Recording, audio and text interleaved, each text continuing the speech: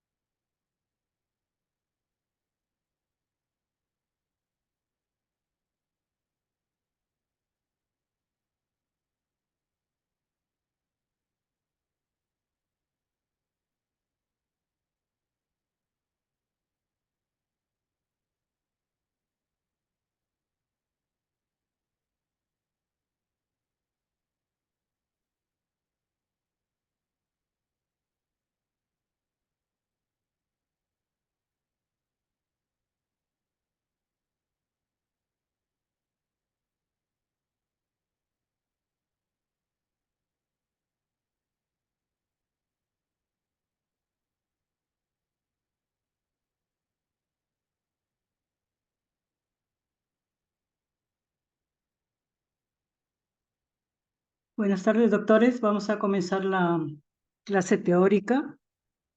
Hoy día voy a hablar sobre neumonía. Comenzamos con lo que es definiciones de neumonía, neumonía severa y neumonía complicada. Neumonía se considera una infección del tracto respiratorio inferior. Neumonía severa es una neumonía asociada a distrés respiratorio con uno de los siguientes signos o síntomas: cianosis, incapacidad para tomar líquidos, vomita todo, paciente está letárgico o inconsciente o convulsiones. Tiene una saturación de oxígeno menos de 92%. Si el paciente está de 0 a 2.500 metros sobre el nivel del mar, y menos de 85% si el paciente está a más de 2.500 metros sobre el nivel del mar. ¿A qué se le llama neumonía complicada? Neumonía complicada son los pacientes que tienen derrame pleural o empiema, si tienen enfermedad multilobar, pacientes con acceso pulmonar, neumotoras, neumonía necrotizante o fístula broncopleural. Cualquiera de estas condiciones indica que la neumonía es complicada. Es epidemiología. La OMS en el 2015 informó que neumonía causó el 15% de las muertes en los menores de 5 años. Pero lo que sí se sabe a nivel mundial es que los niños menores de 1 año son los que presentan el mayor riesgo para enfermar por neumonía y tienen la más alta tasa de hospitalización y muerte por neumonía a nivel mundial. O sea, la edad, y sobre todo si es un niño menor de 1 año, es un factor de riesgo altísimo para enfermar por neumonía, ¿no? Y para mortalidad por neumonía también, hospitalizar y muerte por neumonía. Con la vacuna ha disminuido la incidencia y la hospitalización por neumonía, pero se observó un aumento de la incidencia de empiema y fue por los serotipos no cubiertos por la vacuna, llámese los serotipos 19A, 1 y 7F. O sea, si bien ha bajado la incidencia de la neumonía, ha aumentado la cantidad de niños con empiema por los serotipos no cubiertos por la vacuna. O sea, por los serotipos no cubiertos por la vacuna, que son los serotipos 19A, 1 y 7F. ¿Cuáles son los factores de riesgo para enfermar por neumonía? Hay factores genéticos, por ejemplo, los pacientes con inmunodeficiencia de cualquier tipo, innata o adquirida, fibrosis quística, discinesia ciliar primaria, o sea, factores genéticos. Y también hay factores de riesgo, factores ambientales, como es la ausencia de lactancia materna, sobre todo si tienen lactancia materna menos de 4 meses. Si no hay vacunación o la vacunación es incompleta. Si hay exposición al humo y tabaco, lo que se llama el tabaquismo pasivo, ¿no? Hacinamiento, si hay contaminantes ambientales y bajo nivel educativo de la madre. Estos son factores de riesgo ambientales para enfermar por neumonía. Pero los factores de riesgo para una neumonía grave, como hemos dicho, la edad es la principal factor de riesgo para enfermar por neumonía, sobre todo en los niños menores de 1 año y sobre todo en los menores de 6 meses, un factor de riesgo altísimo, la edad. Otra es la prematuridad, desnutrición, infección por VIH, enfermedades cardíacas congénitas o pulmonares congénitas, enfermedades neurológicas, ¿no? Por ejemplo, parálisis cerebral, que condiciona mucho lo que es neumonía aspirativa, hay displasia broncopulmonar, ¿no? Todos estos factores de riesgo pueden condicionar a mayor cantidad de neumonía grave. En lo que es la etiología, Eso depende de la edad también. En los menores de 1 mes, llámese neonatos, ahí tenemos los gérmenes de sepsis neonatal, estreptococo beta hemolítico, grupo B, los gram negativos, Escherichia coli, Klebsiella, la Listeria monocitógenes, Clamidia trachomatis, Staphylococcus aureus, Ureaplasma aureolíticum. Eso en lo que es bacterias. En lo que es virus, citomegalovirus, herpes virus, virus sincicial respiratorio, enterovirus, adenovirus, virus de la rubiola, influenza AB y parainfluenza. Y entre otros tenemos especie de cándida, toxoplasma y treponema pálido. En la edad de 1 mes a 3 meses, ¿no? En niños pequeñitos, tenemos estreptococo neumonía, clamidia trachomatis, hemófilos influenza tipo B, estafilococo aureus, bordetella pertussis, listeria monocitógenes, micoplasma pneumonia y pseudomonas aeruginosa. En lo que es virus, tenemos el virus sincicial respiratorio, citomegalovirus, influenza A y B, parainfluenza, adenovirus, metaneumovirus. En la edad de 4 meses a 4 años, tenemos ya estreptococo neumonía como causa más frecuente, hemófilos influenza tipo B, Moraxella catarralis, estafilococo aureus, incluido el estafilococo aureus meticillino resistente adquirido en la comunidad, Mycoplasma pneumonia, Mycobacterium tuberculoso, Leptospira. En lo que es virus, tenemos virus sincicial respiratorio, influenza A, B, parainfluenza, adenovirus, metaneumovirus, rinovirus y coronavirus. Y en la edad de 5 años a 12 años, tenemos estreptococo neumonía, Mycoplasma pneumonia, Clamidophila pneumonia, Coxiella burnetii y Mycobacterium tuberculoso. En virus tenemos influenza A y B, y VAC. Entre otros tenemos Coccidioides ignitis, Plasma capsulatum, Blastomyces dermatitidis.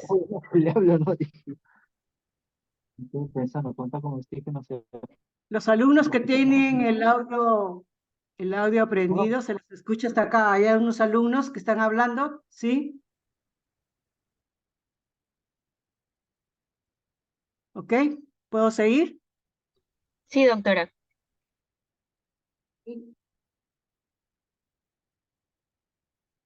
Este es unos conceptos que ha salido en un consenso en el año 2020-2021, salió en un consenso, y en lo que es etiología, ellos mencionan que en menores de 2 años, el 90% de los casos de neumonía es por virus, en los menores de 2 años.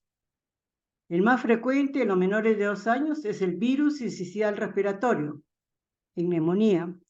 Y en los mayores de 2 años, el más frecuente es rinovirus.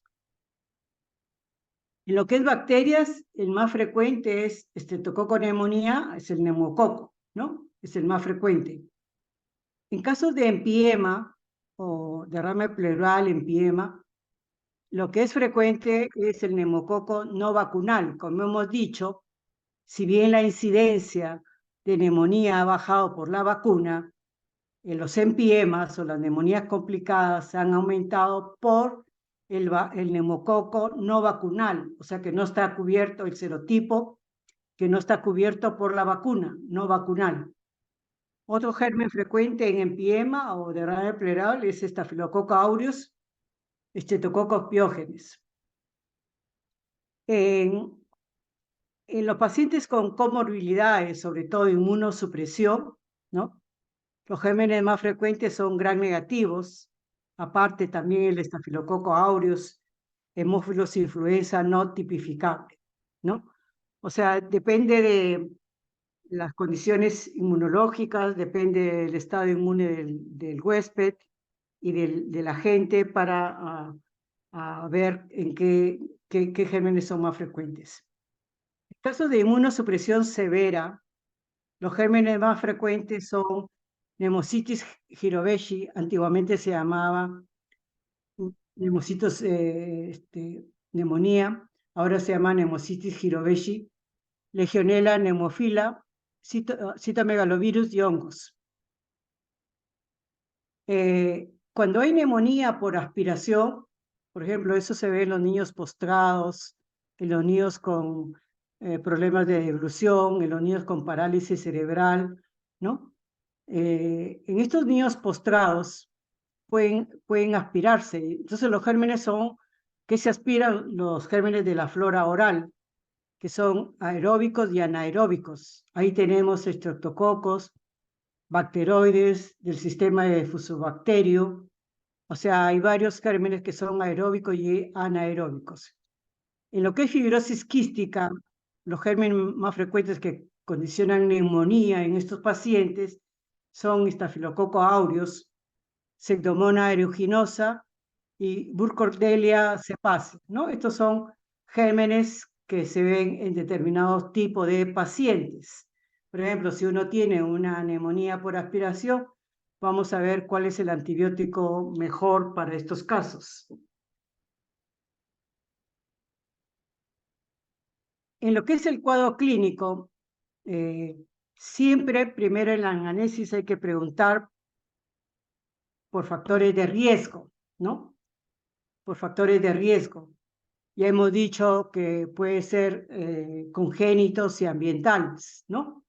Sobre todo falta de vacuna, falta de lactancia materna, hacinamiento, fumadores pasivos, contaminación, el bajo nivel educativo de la madre, factores genéticos como fibrosis quística, ¿no? Inmunosupresión y comorbilidades, ¿no? En lo que es comorbilidades tenemos problemas congénitos cardíacos, cardiopatía congénita, problemas pulmonares, displasia broncopulmonar, síndrome de Down, malnutrición, ¿no? O sea, son comorbilidades que empeoran el desarrollo y complicaciones en los niños con neumonía. Hay que preguntar también el estado vacunal, ¿no? Eso es importante si tienen vacunas, sobre todo neumococo y el Haemophilus influenza tipo B, ¿no? Porque también depende de esto, es que uno puede variar la terapéutica. La fiebre y la tos y la taquimia son sugerentes de neumonía, pero no son específicos. Ustedes saben que fiebre, tos y taquimia puede haber en muchas cosas, como por ejemplo bronquiolitis, ¿no? En fibrosis quística con neumonía, pero no es específico, pero son sugerentes, ¿no? Si bien, por ejemplo, en la televisión ustedes van a ver que si el paciente o el niño tiene fiebre, tos y agitación rápida, llevarlo a un centro de salud, ¿no? Porque lo que puede tener podría ser una neumonía, ¿no? La hipoxemia es un signo ligado a mortalidad, morbimortalidad. Y el esfuerzo respiratorio son signos más específicos para neumonía. ¿Cómo se podría pensar en una neumonía viral o cómo se podría pensar en una neumonía atípica? Este es un cuadro que salió en un consenso, ¿no? En el consenso que estaba mencionando, en lo cual mencionan acá las características clínicas de radiológicas y laboratorios asociados con neumonía, con la etiología de neumonía adquirida en la comunidad. Acá tenemos neumonía adquirida en la comunidad típica, llámese típica las bacterianas, ¿no? Neumococo, Haemophilus influenza, Staphylococcus aureus, Streptococcus pyogenes. Y las atípicas entra el grupo de virus, ¿no? Virus incisional respiratorio, adenovirus, rinovirus, y también en las atípicas está considerado el Mycoplasma pneumonia y el Clamidofila pneumonia, ¿no? O sea, cuando uno habla de neumonía atípica, estamos hablando de neumonía viral y neumonía por Mycoplasma clamidofila. Entonces, cuando, por ejemplo, uno dice neumonía atípica, en menor de 4 años, es virus, ¿no? Menor de 4 años es virus. Y ahí no se necesita macróleo, no se necesita antibiótico porque son virus. En cambio, si una neumonía atípica, uno sospecha en una neumonía atípica en un mayor de 5 años, puede ser micoplasma y clamidofila, y en esos casos sí se recomendaría dar macrólidos, ¿no? Entonces, cuando uno tiene una neumonía bacteriana, o una probable viral o una atípica, vamos a ver las características clínicas, radiológicas y de laboratorio. La edad general o más común en lo que es bacteria es cualquier edad, principalmente en menores de 3 a 5 años. En lo que es virus, menor de 3 a 4 años. Y en lo que es atípica de micoplasma o clamidiofilia es mayor de 5 años. ¿Cómo se inicia? El inicio es súbito en bacteria, en virus es gradual y en micoplasma es insidiosa. La fiebre en bacteria es mayor de 39, en virus es menos de 39 y en micoplasma es menos de 39. El estado general en bacteria está comprometido, ¿no? En virus está normal y en micoplasma está normal.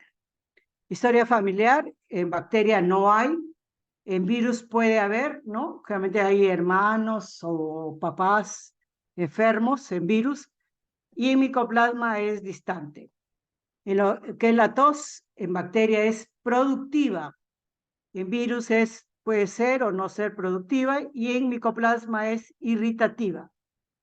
En lo que es síntomas asociados, en bacteria puede haber herpes labial, en virus puede haber conjuntivitis, mialgias, y en micoplasma puede haber cefalea y mialgias. A la auscultación, en lo que es bacterias hay ruidos alveolares, alvéolo, son crepitantes localizados, crepitantes. En lo que es virus, ruidos bronquiales, son sucrepitantes y sibilantes bilaterales. En lo que es micoplasma, puede haber crepitantes aislados, solos o bilaterales, o sibilantes. En lo que es una placa de tórax, en bacteria, generalmente hay consolidación con o sin líquido, derrame. En virus, hay un infiltrado intersticial, atrapamiento de aire y atelectasis. Y en micoplasma puede ser variable, predominantemente un infiltrado intersticial, menos frecuentemente consolidación. En lo que es el hemograma, en bacteria hay leucocitosis con neutrofilia. En virus puede ser variable. Y micoplasma generalmente es normal. Proteína C reactiva, en bacteria es mayor de 80 a 100, en virus es menor de 80 y en micoplasma es menor de 80. La procalcitonina en bacteria es mayor de 2, en virus menor de 2 y en micoplasma menor de 2. Entonces, si bien durante mucho tiempo se consideró que tanto clínica como radiología era, y menos con la procalcitonina, diferenciar entre virus y bacterias, y eso probablemente muchos lo mantienen hasta ahora. Sin embargo, acá hay unos tips o unos tips para poderles más o menos orientar, ¿no? Por ejemplo, una bacteria, una plaquetora, si tiene derrame, empiema, generalmente es una bacteria, ¿no? Una plaquetora. En micoplasma, la gran mayoría son infiltrados intersticiales, igual que en virus, ¿no? Por ejemplo, en bacteria la mayoría son crepitantes. En cambio, en virus son subcrepitantes y sibilantes, ¿no? Igual que en micoplasma. En micoplasma pueden haber crepitantes o sibilantes, ¿ok? Entonces, cuando uno examina a un niño uno tiene que hacer inspección, palpación, percusión y la auscultación. En la inspección es importante observar la forma del tórax. Muchas veces cuando el tórax está deformado, en quilla, o está deformado sobre todo en un lado, uno puede buscar anomalías congénitas, ¿no? Sobre todo deformidad de la parrilla costal. Presencia de tirajes también hay que observar, ¿no? Los tirajes pueden ser subcostales, intercostales, supraclaviculares. A la palpación hay que evaluar vibraciones vocales. A la percusión hay que evaluar presencia de matidez. Y como yo le decía a los alumnos que están en el Hipólito, que han hecho clínica conmigo, ¿no? Casos clínicos, a varios les he explicado, ¿no? Como la diferencia, por ejemplo, en un asma o en una bronquiolitis, en la cual cuando uno percute, lo que hay es timpanismo, porque en esos pacientes lo que hay es un atrapamiento de aire. En cambio, cuando uno tiene una neumonía, cuando uno percute, lo que hay es matidez, sobre todo si hay una consolidación y peor si hay un derrame, ¿no? Un acceso, un derrame, lo que uno percute es una matidez, ¿no? En cambio, cuando uno tiene un niño asmático con bronquiolitis, cuando uno percute es timpánico, ¿no? Es diferente el ruido. Y a la auscultación hay que evaluar, hay que ver la disminución del murmullo vesicular, hay que ver si hay subcrepitantes, crepitantes, ¿no? Roncantes, broncofonía y soplo tubárico. A veces hay neumonías que se puede escuchar un soplo que es bien característico de una neumonía o consolidación, ¿no? Entonces, cuando uno examina a un niño, y esta es una de las preguntas que siempre le he hecho a los alumnos y que yo me acuerdo y creo que ninguno lo contestó bien, ninguno. Entonces, incluso los internos o residentes, esto no, o no lo saben, o el momento que se les enseñó, como yo en este momento, a la hora que pasen a ser internos y uno les vuelve a preguntar, pues como que no saben nada, ¿no? Entonces, cuando uno evalúa a un niño con un problema respiratorio para ver si tiene respiración rápida o no, lo que tienen que saber es frecuencias normales de frecuencia respiratoria. Entonces, ¿cuál es la respuesta de los alumnos? Son intervalos, 30-40, 20-40. No, pues, o sea, si ustedes han hecho IEPI, la Organización Mundial de la Salud estableció estos puntos tajantes como sensibles y específicos para neumonía. Si el niño tiene de 0 a 2 meses frecuencia respiratoria mayor de 60, se habla de taquimia. Es un corte, no es intervalo, doctores, es un corte mayor de 60. Si el niño tiene de 2 a 12 meses, el corte es mayor de 50. Si el niño tiene de 1 a 5 años, el corte es mayor de 40. Si el niño tiene mayor de 5 años, el corte es mayor de 20. Es un número, no es intervalo. ¿Ok? Otro signo de distrés respiratorio es disnea, retracciones o tirajes, supraesternal, intercostal o subcostal, quejido, aleteo nasal, apnea, estado mental alterado. Y el otro gran importante que hay que examinar y ver, la oximetría de pulso, ¿no? Eso lo van a ver en emergencia o los pacientes que hemos pasado visita, siempre se les ha explicado cómo ponerle al niño, ¿no? Y cómo determinar, ¿no? Por ejemplo, los alumnos que los hemos llevado a intermedios, a UCI, en el Hipólito, han visto pues los monitores, ¿no? Y cómo los niños con sus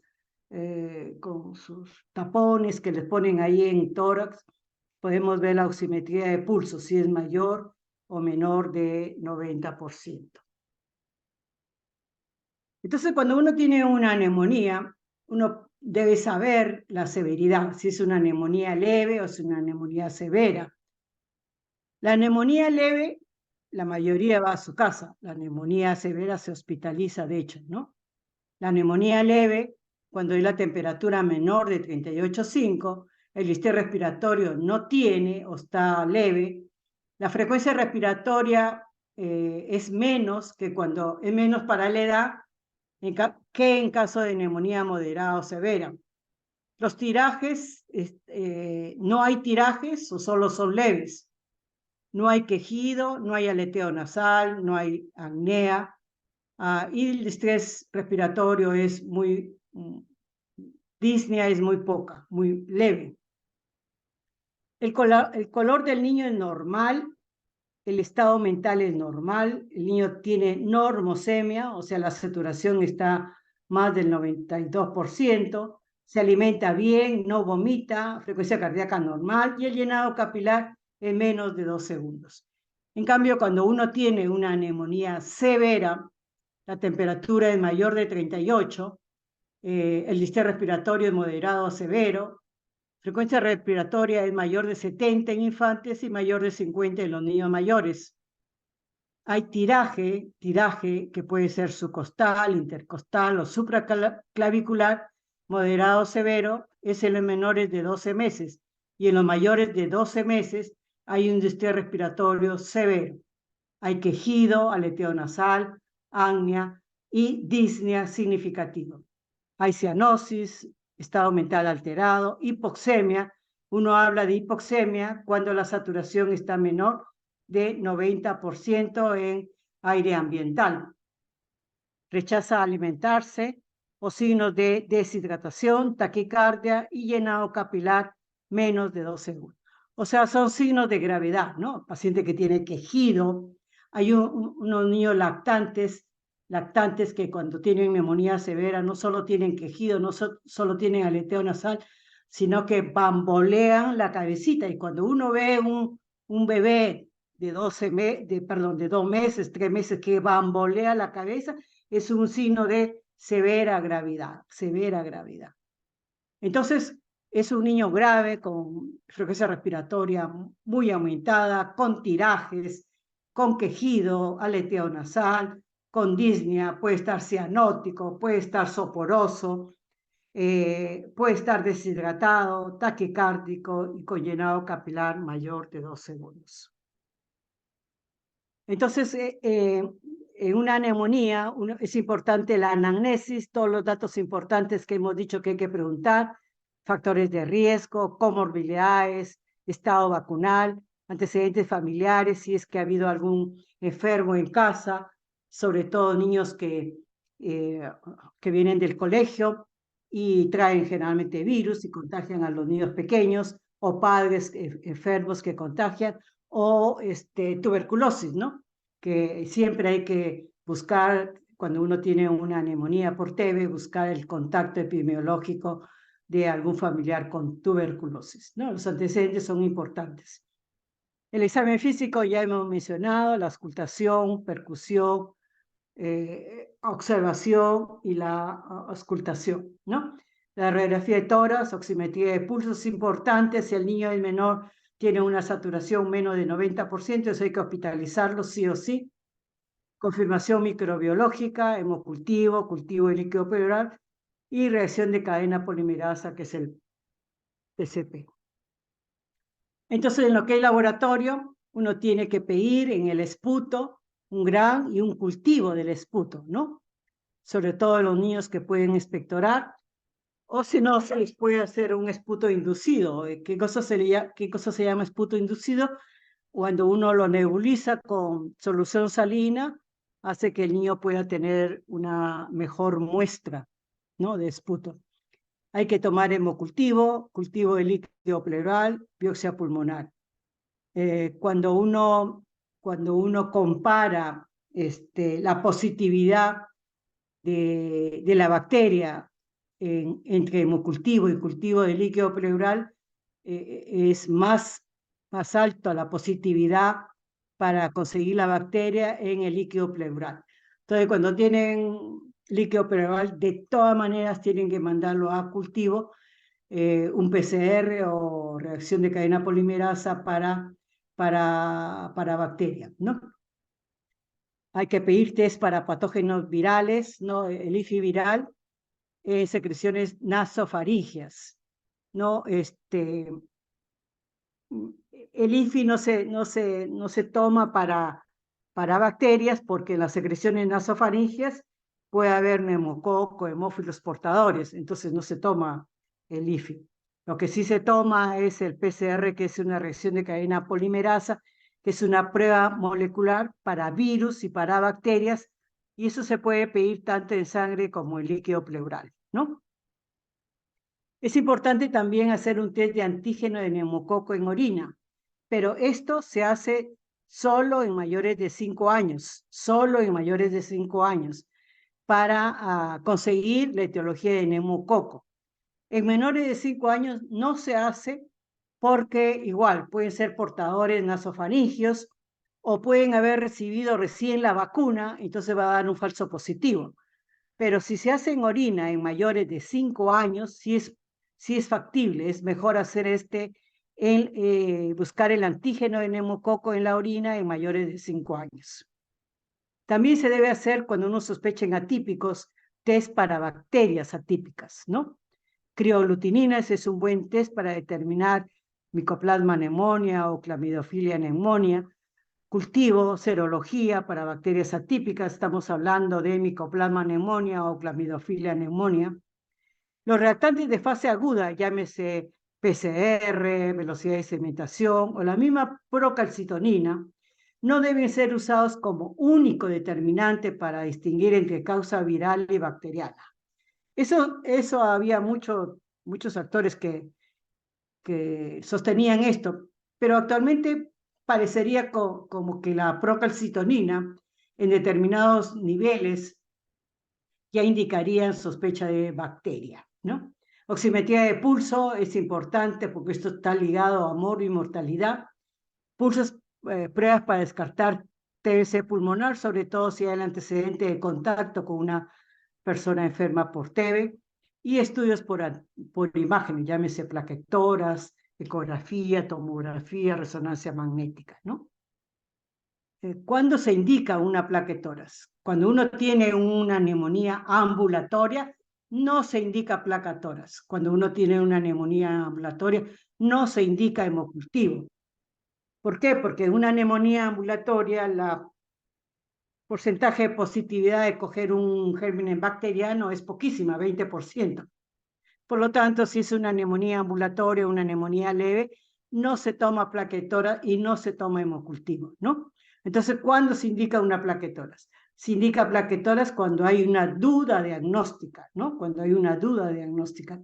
Cuando el paciente va a ser hospitalizado, de todas maneras hay que pedir una plaquetora en el caso que uno piense en neumonía. Cuando hay una neumonía previa o neumonía recurrente, sobre todo si es en el mismo lado, buscando pues anomalías congénitas como secuestro pulmonar. Cuando no hay respuesta al tratamiento, también hay que pedir una plaquetora para ver si hay una neumonía complicada, como un derrame, un acceso. Y para descartar otras patologías, llámese aspiración de cuerpo extraño, insuficiencia cardíaca congestiva. Entonces, estas son las indicaciones para plaquetoras. En neumonía ambulatoria no se pide plaquetoras. Y acá tenemos unos casos del Hipólito, ¿no? Esto es una plaquetoras, una neumonía viral, ¿no? Acá ven un infiltrado intersticial, ¿no? Un infiltrado intersticial bilateral, atrapamiento de aire, ¿no? Y es un infiltrado intersticial bilateral, ¿no? Esta imagen de acá, este es timo, doctores, ¿no? Timo. Y esta es una pregunta que le hice a muchos internos, perdón, a muchos alumnos, ¿no? Este es un timo, ¿no? El corazón está por acá, ¿sí? A veces el timo tiene diferentes formas, ¿no? Por ejemplo, con los alumnos, de repente el grupo 2, creo que del Hipólito, que vio conmigo un niño con un timo, con otra forma, tenía una forma por acá, pero era timo, es como esta, ¿no? Esto es timo, ¿no? Realmente el timo es una forma así, ¿no? Porque esto no es el hilio del niño, esto no son vasos, ¿no? Porque la mayoría decía vaso. No, doctor, esto no es vaso, esto es timo, ¿no? Y este es la corazón, y acá vemos un infiltrado intersticial bilateral compatible con una neumonía viral. Esta es otra placa de un paciente de 2 años, no vacunado, y que tenía una neumonía con hemocultivo positivo a hemófilos influenza no tipificable, ¿no? Esta es una neumonía bacteriana con un hemocultivo positivo a hemófilos influenza no tipificable, un niño no vacunado, no vacunado. Esta es una placa de una criatura de 1 año, patrón miliar, que tenía una criatura de 1 año y tenía esta placa, ¿no? Si ustedes ven, es un infiltrado nodular bilateral, ¿no? Es un infiltrado. ¿Ven bien, alumnos? ¿Me siguen? Sí, ¿Sí? ¿Se ve bien? Sí, doctora. Ok. Este es un infiltrado bilateral nodular, ¿no? De una paciente con tuberculosis sistémica, patrón miliar, cuyo contacto era su papá. Su papá le contagió la TB, no la tuberculosis. Y acá ustedes ven la tráquea y la bifurcación en los 2 bronquios grandes, ¿no? ¿Ok? Esta es otra placa de un paciente de una casística de nosotros, que lo vamos a publicar. Este es un paciente que tiene una neumonía necrotizante y un derrame, ¿no? Este es un paciente de 4 años que ingresa por una neumonía de mala evolución. Una vez que se le trató, se le hizo una tomografía y lo que se vio es una malformación de vía aérea pulmonar congénita, la famosa MAC. Malformación de vía aérea pulmonar congénita, y lo más frecuente, son 5 tipos, pero lo más frecuente es el tipo 1, que tiene quistes grandes, ¿no? Malformación, antiguamente se llamaba malformación adenomatoidea quística congénita, antes era ese, pero ahora se llama malformación de vía aérea pulmonar congénita, así se llama ahora, la MAC. Entonces, en esta paciente de 4 años, mujer, tenía fiebre persistente, no mejoraba, se le dio todos los antibióticos, se le limpió y después fue a cirugía en mi hospital. Este es otro paciente que tiene un derrame pleural inmenso, ¿no? Y se le puso un tubo, ¿no? Y el último paciente, fue una placa que le enseñé a un grupo, en este ciclo no, en el ciclo anterior, y la mayoría decía derrame, ¿no? Y no, lo que tenía es una neumonía, a ver si me siguen. Este es un omóplato, ¿no? Esta es la imagen del omóplato, ¿sí? Este es el borde del omóplato. Pero acá lo que tiene es una neumonía, pero dentro de la neumonía, no sé si logran ver, si me siguen el puntero, esta es una cavidad y esta es otra cavidad, ¿no? Hay una hiperlucidez dentro de lo que es la neumonía. Entonces, si hay una hiperlucidez dentro de una neumonía, ¿qué cosa es? A ver, ¿alguien? ¿Algún alumno se puede decir algo? ¿Qué podría ser? ¿Cuántos alumnos hay ahorita? ¿Cuántos alumnos hay? Ahorita hay 164 alumnos. ¿Quién me podría decir qué cosa es esto? ¿Nadie? Vamos. Doctora, ¿sería un absceso pulmonar? Muy bien, doctor, muy bien. Un acceso pulmonar, doctores, un acceso pulmonar.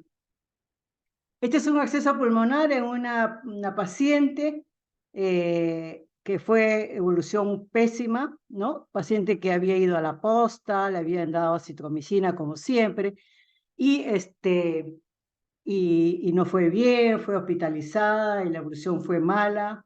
hasta que hizo un acceso pulmonar, ¿no? ¿Ok? Cuando uno habla de acceso pulmonar, lo que dicen las guías es que uno tiene que cubrir neumococo no vacunal, o sea, neumococo no cubierto por la vacuna, y tiene que cubrir estafilococo, que son frecuentes, ¿no? Entonces, la cobertura antibiótica en esta paciente, un neumococo no vacunal, claro, por ejemplo, acá en Perú la resistencia del neumococo a la penicilina es baja. Entonces, pero lo que recomiendan el consenso era darle cefotaxima más vancomicina. Esa es la cobertura que uno da en un niño con acceso pulmonar, ¿sí? El diagnóstico diferencial hay que considerar anomalías anatómicas cardiopulmonares congénitas, llámese cardiopatía congénita, enfermedades pulmonares congénitas, como las que hemos mencionado, ¿no? La malformación de vía aérea pulmonar congénita. Hay que hacer diagnóstico diferencial con bronquiolitis y con asma, doctor, y acá, cuando uno tiene estos pacientes, no se olviden de percutir, porque de repente la clave está en la percusión, ¿no? Y enfermedades pulmonares crónicas como displasia broncopulmonar, también hay que diferenciar. En los criterios para hospitalizar, hay criterios para en qué momento hospitalizar a los niños. Lo que hemos dicho es que los niños menores de 1 año, la mortalidad, la morbilidad es altísima a nivel mundial por neumonía. Entonces, cuando uno ve a un niño menor de 1 año, y peor si es menor de 6 meses, y uno está pensando en neumonía, obligado hay que hospitalizarlo, los niños pequeños. Hay que hospitalizar si la saturación de oxígeno es menos de 92%, eso es cuando es de 0 a 2.500 metros sobre el nivel del mar, y menos de 85% si el paciente está a más de 2.500 metros sobre el nivel del mar. También hay que hospitalizar si hay una dificultad respiratoria moderada, severa, cuando hay intolerancia oral, vomita todo, cuando hay mal estado general, apariencia tóxica o mal estado general, ¿no? Y fracaso a la terapia ambulatoria. Esas son indicaciones para hospitalizar. Mal estado general, sobre todo si hay compromiso de conciencia, ¿no? El distrés respiratorio es severo, la saturación es baja, vomita todo o fracaso de la terapia ambulatoria. También si hay comorbilidades, por ejemplo, pacientes con cardiopatía congénita, pacientes con síndrome de Down, pacientes malnutridos, con inmunodeficiencia, con problemas congénitos pulmonares o cardíacos, con neumonías complicadas, eso hay que hospitalizarlo.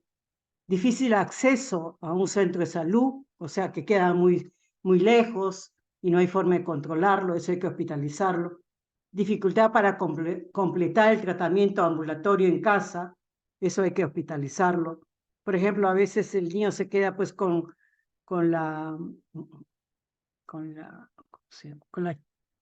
chica, la señorita que lo cuida. Entonces, a veces no hay mucha garantía que lo pueda hacer. Entonces, en esos casos es mejor hospitalizar, ¿no? Esto está en el MINSA de acá de Perú, y estos son el tratamiento para lo que es neumonía. Primero es para consideraciones generales para tratar a los niños con problemas respiratorios, es el acrónimo FALTAN, ¿no? F de fiebre, cuando el paciente tiene mayor de 38 grados axilar, hay que darle paracetamol o un antipirético, pero si el paciente tiene menor de 38, lo puede bajar con medios físicos, o sea, baños con agua tibia. En lo que es alimentación, si el niño es menor de 6 meses y lacta, hay que decirle a la madre que lo siga lactando, pero si ya inició alimentación, debe seguir dándole sus alimentos habituales. En lo que es líquidos, hay que aumentar el aporte para mantener una hidratación, porque pueden haber aumento de pérdidas por pérdidas insensibles, sobre todo si tiene fiebre, ¿no? O sea, F de fiebre, A de alimentación, L de líquidos. T de tos, o sea, evitar los antitusígenos, expectorantes, los antihistamínicos. De alarma, enseñarle a la MAE cuándo tiene que venir al hospital por, por los siguientes signos de alarma. Dificultad para respirar, taquimia, tirajes, persistencia de fiebre. Uno espera que un niño que reciba tratamiento a las 48 horas o 72 debe bajar la fiebre, ¿no? Cuando hay dificultad para beber, compromiso de la conciencia, y si el niño no mejora, ¿no? Estos son signos de alarma. En lo que es N de nariz, hay que limpiar la fosa nasal. Lo que se sabe es que en los niños menores de 2 años son respiradores nasales. Entonces hay niños pequeñitos, de 1 año, de meses, que vienen bien congestionados. Incluso vienen tan congestionados que incluso impresiona que tienen tirajes, ¿no? Pero cuando uno le limpia la nariz o le hace la aspiración de las fosas nasales, el niño como que mejora. ¿Por qué? Porque la mayor parte de la ventilación es nasal. Entonces, si las fosas nasales están obstruidas, el niño no respira bien. En cambio, si usted desobstruye o permeabiliza las fosas nasales, el niño respira mejor e incluso a veces desaparecen los tirajes. Entonces, si el niño tiene obstrucción de fosas nasales, uno hay que aspirarlo o lo puede limpiar con solución casera de agua con sal. No la leche materna, porque a veces muchas madres, sobre todo las primerizas, le meten la leche materna. Eso no se debe hacer. Lo que se tiene que hacer es agua con sal, o sea, media cucharadita de sal en media taza de agua, o suero fisiológico al 0,9%, aplicar 5 gotas en cada fosa nasal. No 1 gota, 5 gotas en cada fosa nasal.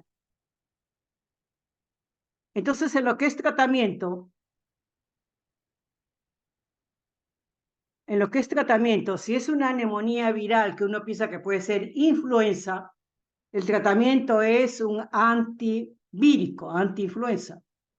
Es el oseltamivir, que es el Tamiflu. Acá en Perú hay.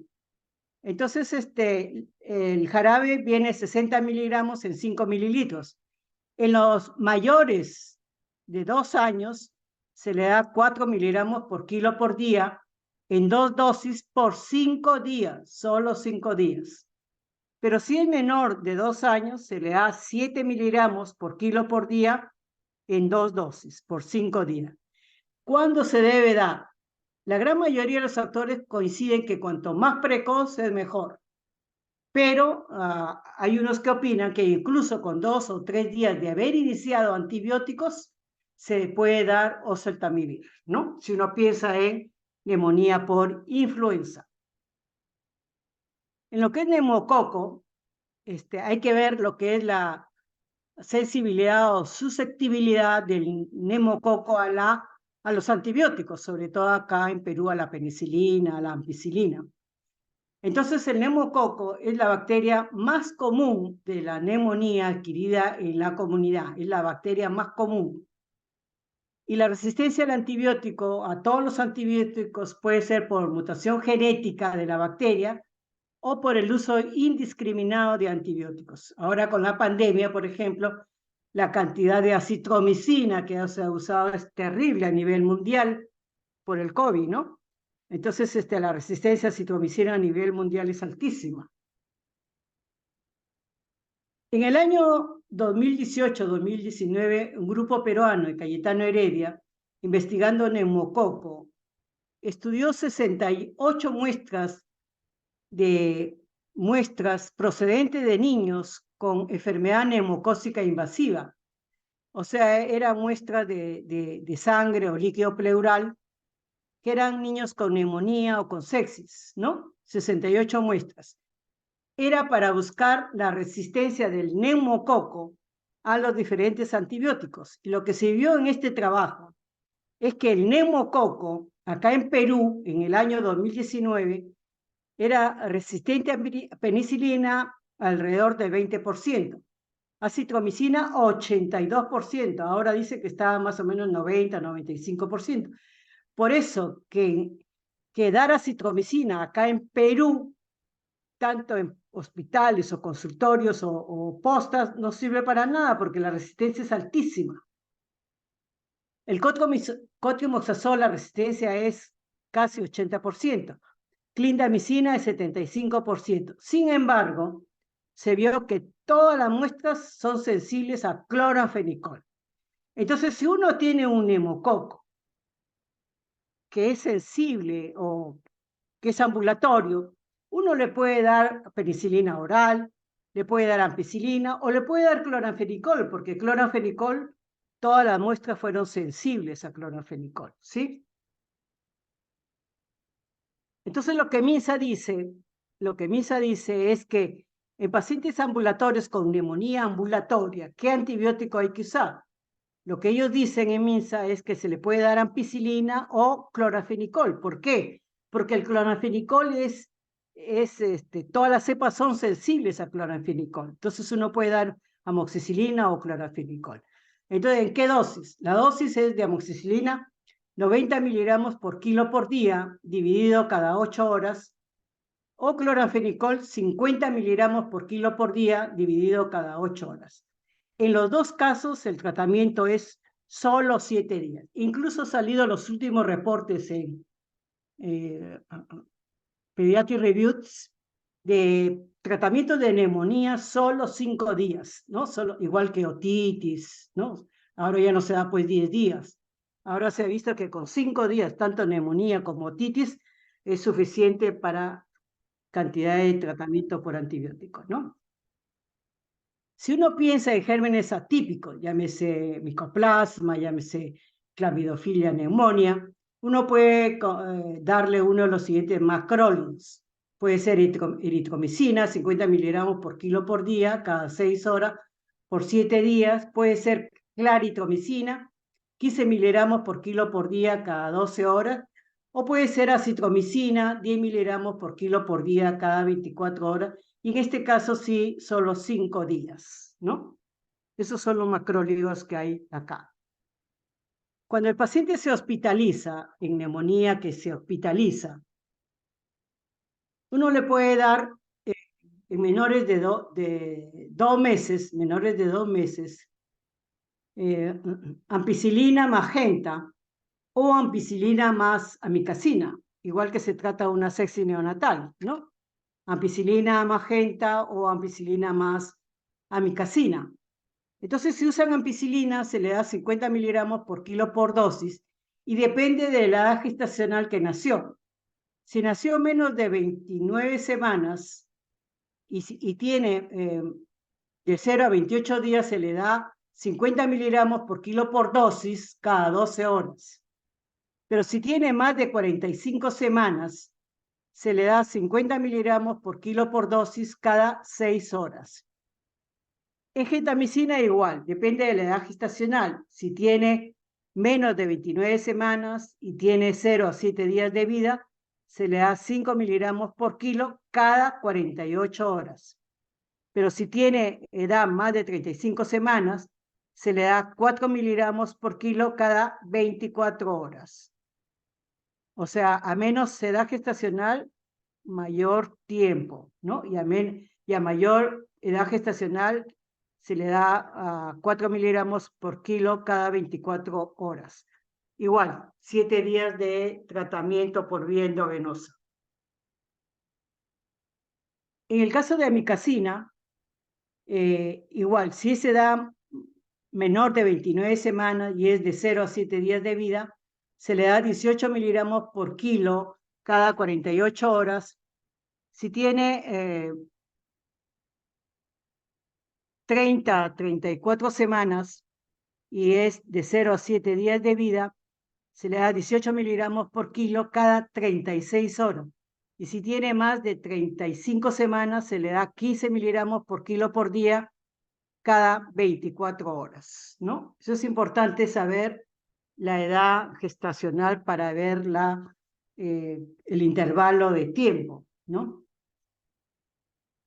En los niños mayores de 2 meses a 12 años, si se hospitaliza, MINSA propone varias opciones.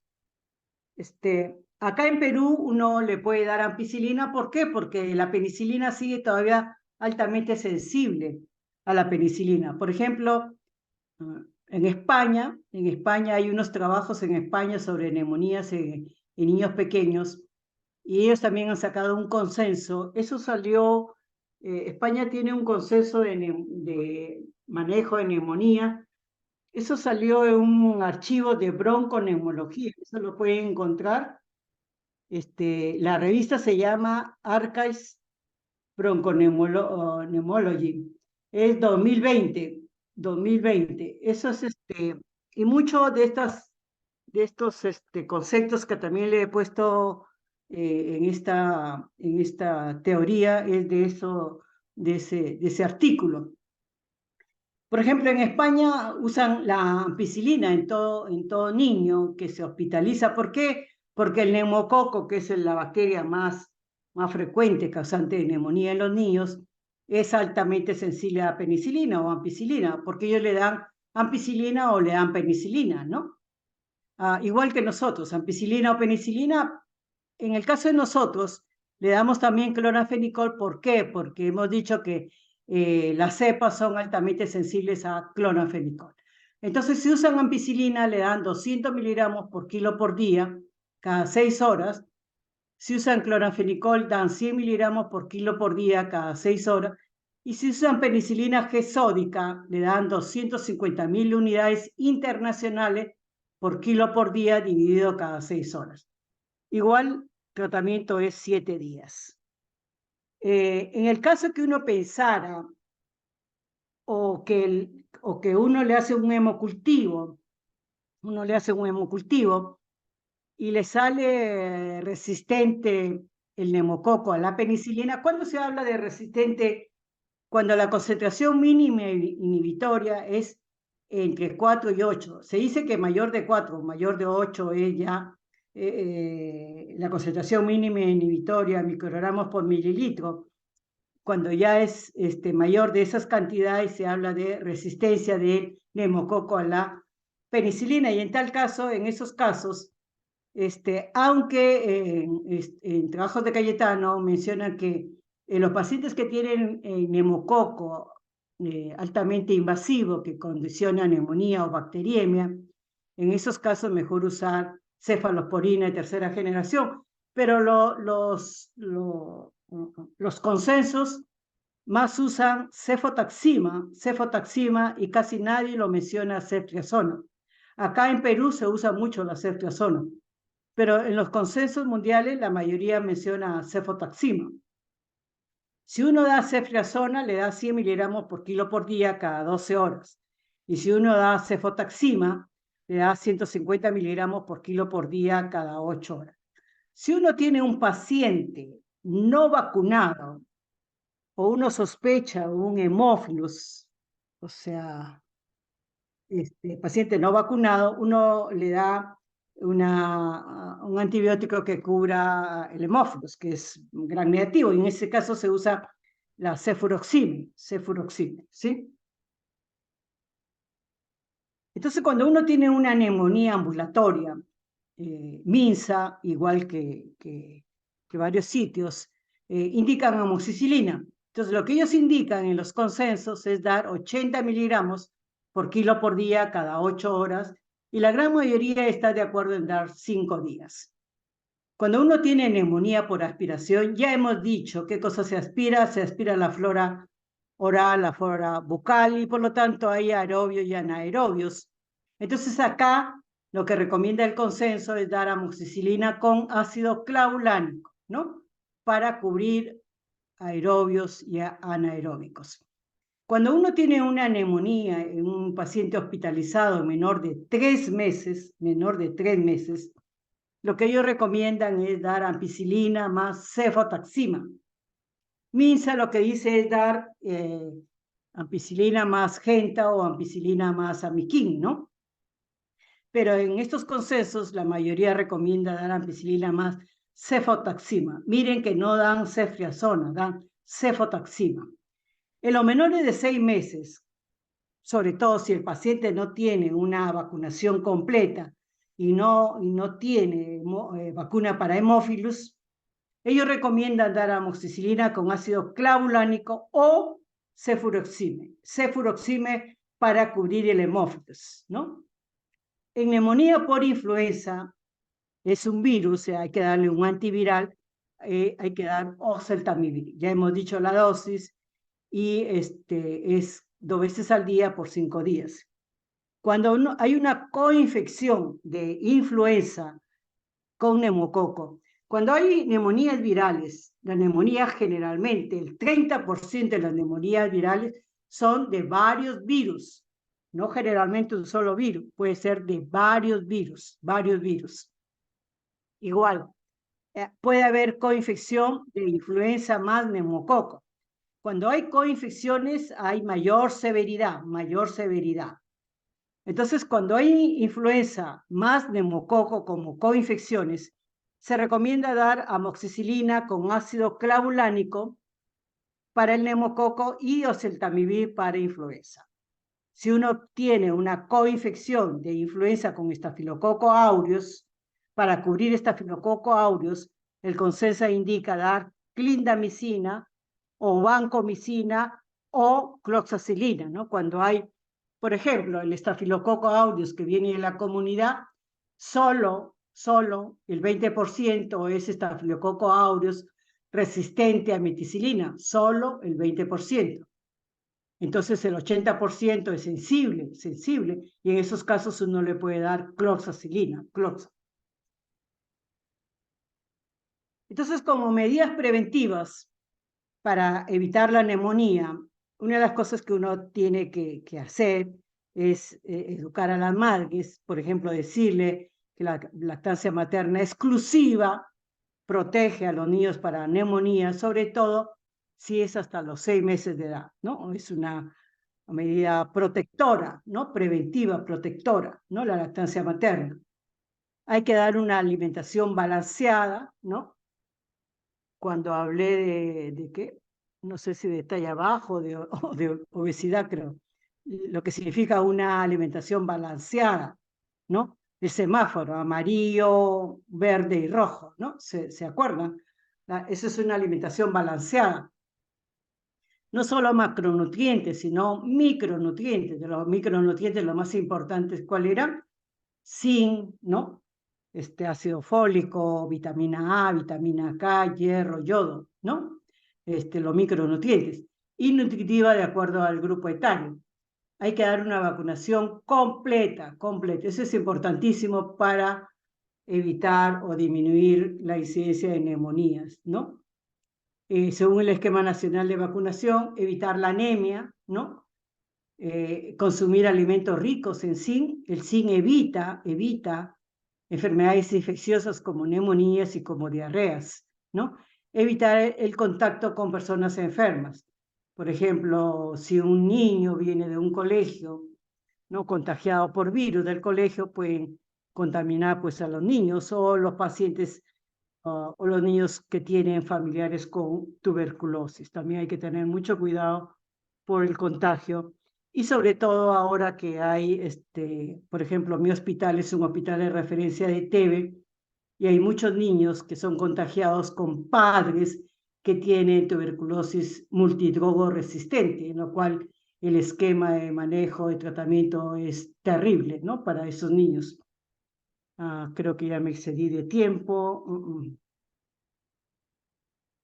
¿Alguna pregunta? No sé si hay alguna pregunta. Creo que me he excedido con 4 minutos. No sé qué docente está. ¿Alguna pregunta o terminamos? Creo que el otro docente debe estar esperando, ¿no? Todo claro, doctora. Ok, nos vemos. A la próxima. Nos vemos. Gracias. Gracias, doctora. Hasta luego. Gracias.